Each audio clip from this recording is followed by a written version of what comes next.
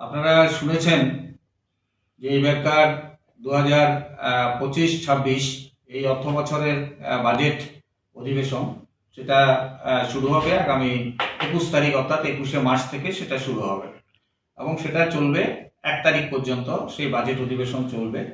এর মধ্যে দেখা গেছে 22, 23, 29, 30 এবং 31 এগুলো হচ্ছে হলিডে, তাহলে 7 দিনের ওয়ার্কিং ডে অর্থাৎ বাজেট অধিবেশন আমাদের এবার হচ্ছে। কিন্তু আমি যেটা দেখলাম যে পরিষদীয় মন্ত্রী একটা বিবৃতি দিয়েছেন যে গত 10-15 বছরের মধ্যে প্রায় বলা যায় যে এত দিন ধরে বাজেট অধিবেশন সেখানে হয়নি, এটা এবার রেকর্ড করেছে সেখানে। কিন্তু আমি বলবো যে পরিষদীয় মন্ত্রী ওনার অভিজ্ঞতা অনেক বেশি। আমি মাত্র 2 বছরের এমএলএ, আর উনি অনেক দিন ধরেই সেখানে এই এমএলএ হিসাবে আছেন এবং মন্ত্রিত্ব চালাচ্ছেন, পরিষদীয় মন্ত্রী হিসাবে কাজ করছেন, অপোজিশন লিডারও সেখানে মধ্যে ছিলেন। কিন্তু যেটা তথ্য আমি দিতে চাই যে তথ্যটা উনি যেটা দিয়েছেন সেটা সঠিক না। আমি 10th অ্যাসেম্বলি বাজেট সেশনের কথা আমি বলবো, সেখানের মধ্যে দেখা গেছে সেকেন্ড সেশন আমি যদি বলি তাহলে পরে দেখবেন সেটা হয়েছিল 7 দিনের, ফোর্থ সেশন 11 দিনের, সেভেন্থ সেশন 6 দিনের, এইট সেশন যেটা হয়েছিল সেটা হলো 7 দিনের, 10th সেশন যেটা হয়েছিল সেটা হচ্ছিল 11 দিনের। এগুলো সব বাজেট অধিবেশনের কথা বলছি। 12th সেশন সেটা হয়েছিল 11 দিনের, অর্থাৎ 10th অ্যাসেম্বলির মধ্যে 11 দিনের সেশন হয়েছিল তিনবার, সেখানের মধ্যে 11 দিনের সেশন সেখানে হয়েছিল। 11th সেশন বাজেট যদি ধরি আমরা, 11th অ্যাসেম্বলি বাজেট সেশন যদি আমরা ধরি তাহলে সেখানের মধ্যেও দেখা গেছে যে সেকেন্ড সেশন হয়েছিল 6 দিনের, ফিফথ সেশন হয়েছিল 9 দিনের, সেভেন্থ সেশন হয়েছিল 12 দিনের, 10th সেশন হয়েছিল 6 দিনের এবং 12th সেশন হয়েছিল 9 দিনের।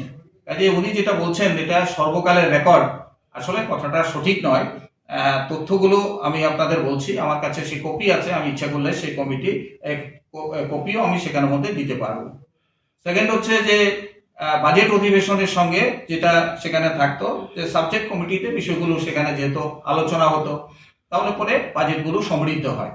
আমরা পার্লামেন্টেও দেখেছি সেভাবে বাজেট যখন হয় অনেক দিন ধরে সে বিষয়গুলোর উপর ডিসকাশন হয়, তারপর আসে। কিন্তু এটা বিষয়ে যে 2018 সালে এই সরকার আসার পর তারা সাবজেক্ট কমিটিটা তুলে দিলেন, সেটা বাতিল করে দিলেন। আর আমাদের সময় সাবজেক্ট কমিটিগুলোর মধ্যে এই বিষয়গুলো সেখানে যেত এবং প্রত্যেকটা বাজেটের কে কেন্দ্র করে সাবজেক্ট কমিটিতে বিষয়গুলো আলোচনা হয়ে সেখানে আসতো। এটা আমাদের সময় সেখানের মধ্যে আমরা দেখেছি। আমরা যদি অ্যাসেম্বলির 5 বছরের সেশনও আমরা দেখি তাহলে পরে দেখবেন যে আমরা ফোর্থ অ্যাসেম্বলি যেটা আমরা ধরি বামফ্রন্ট সরকারের সময়ের কথা যদি বলি আমরা 1978 থেকে 83 সে সময় 5 বছরে 99টা সিটিং হয়েছিল। এর মধ্যে ফিফথ অ্যাসেম্বলি 1983 থেকে শুরু করে 1988 112 দিন সেশন হয়েছিল, সভা হয়েছিল। তারপরে সেখানে 9th অ্যাসেম্বলি আমরা যদি 2003 থেকে 2008 তখন সেখানে সিটিং ডে ছিল 98 দিনের সিটিং ডে ছিল। আর হোয়ারেস গত 5 বছরে, আমি এই 2 বছর না, অর্থাৎ এই 2 বছরের আগে যে 5 বছর সেখানের মধ্যে তারা করেছিল 2018 থেকে 2023, এই 2018 থেকে এই 2023-এর ভেতরে সিটিং ছিল মাত্র 43 দিন, যার থেকে বামফ্রন্ট সরকারের সময় প্রতিটা সেশনের সিটিং ডে ছিল অনেক বেশি। ইভেন এর আগে যখন কংগ্রেসের সরকার ছিল, কংগ্রেস পরিচালিত, সেটা 1963 থেকে 67 তখনও সেশন হয়েছিল 103 দিন।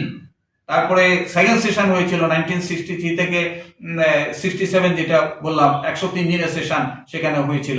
তারা এই 103, 139 সেশন তখনও সেখানের মধ্যে হয়েছিল।